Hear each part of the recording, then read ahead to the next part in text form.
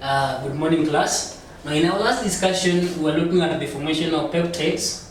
That is when the amino acids linked among themselves to form peptides. We had said when two amino acids join together, they form dipeptide.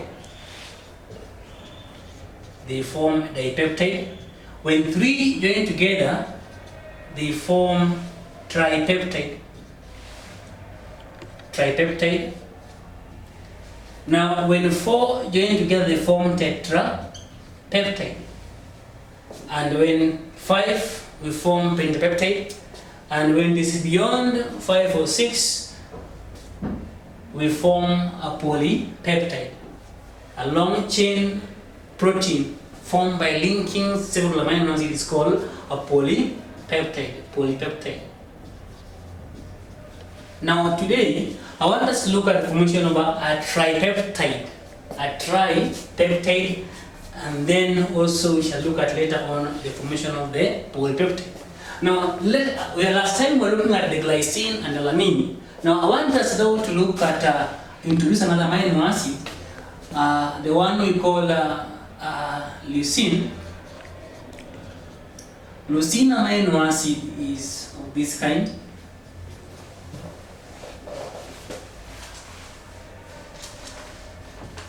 The carboxyl group, leucine.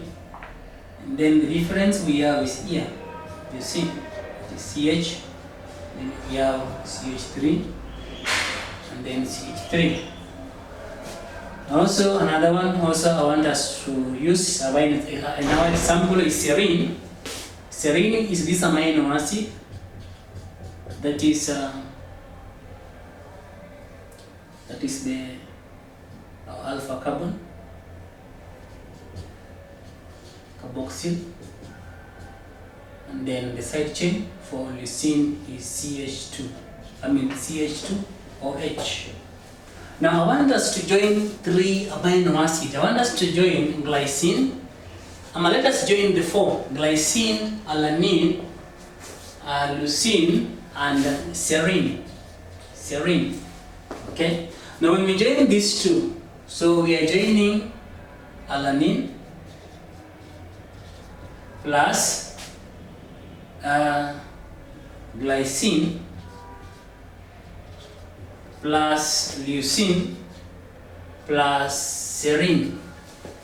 Let us see what we are going to have. So our alanine, we had said before, the structure is of this kind. Alanine, we had said it is CH3. The other group is CH3. We are adding with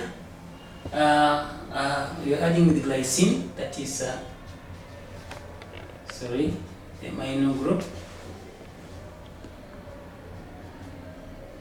the carboxyl,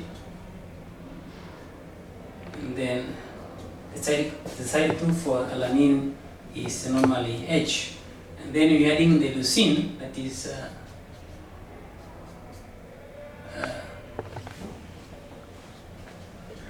carboxyl group, and then side chain for leucine, as we have drawn in our structure there, is CH2, and then we have CH, CH3. Again, we are joining the serine, which is an alcohol amino acid. An alcohol amino acid called serine, because it's a hydroxyl group. You can see there in our structure. There are our carboxyl group and then our alcohol group. Now, remember we had said that the reaction is called condensation, and this reaction, water is released. As you can see, we are adding 2, we are adding 4, so it means we are going to have 4 molecules of water. The reaction is called condensation. Let's now draw our bond. Draw our polypeptide, what we call the tetrapeptide. So we draw our molecule for alanine there.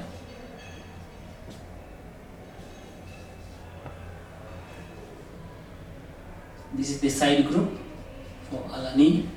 Now we have said we are joining this with this, this with this, and this with it. So when we do so, we join here, we form a peptide bond of that kind.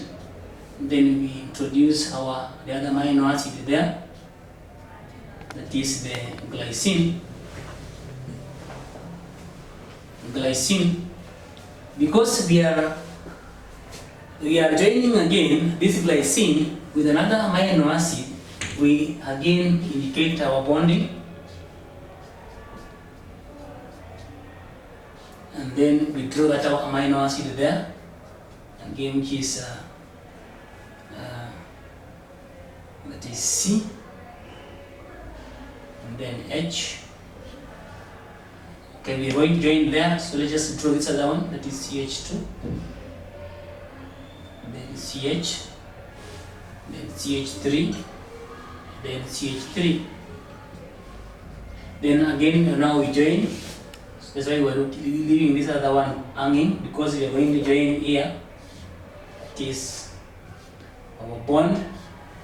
So we have this bond 1, 2, 3. Actually, there are 3, not 4, as we had indicated there. So three molecules of water being produced. So when we do that, we get C,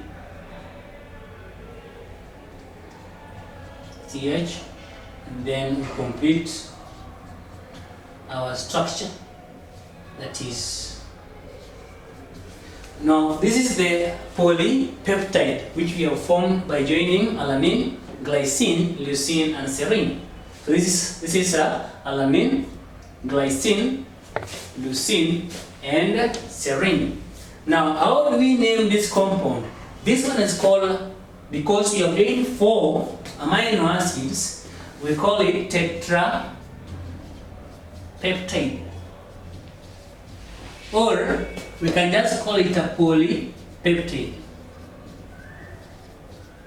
But now the conventional name will be alanine,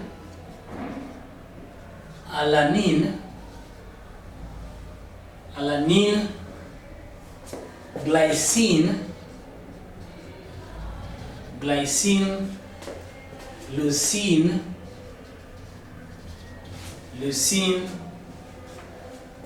serine. So we normally end with "-ile". That is the conventional naming for that particular polypeptide. Thank you.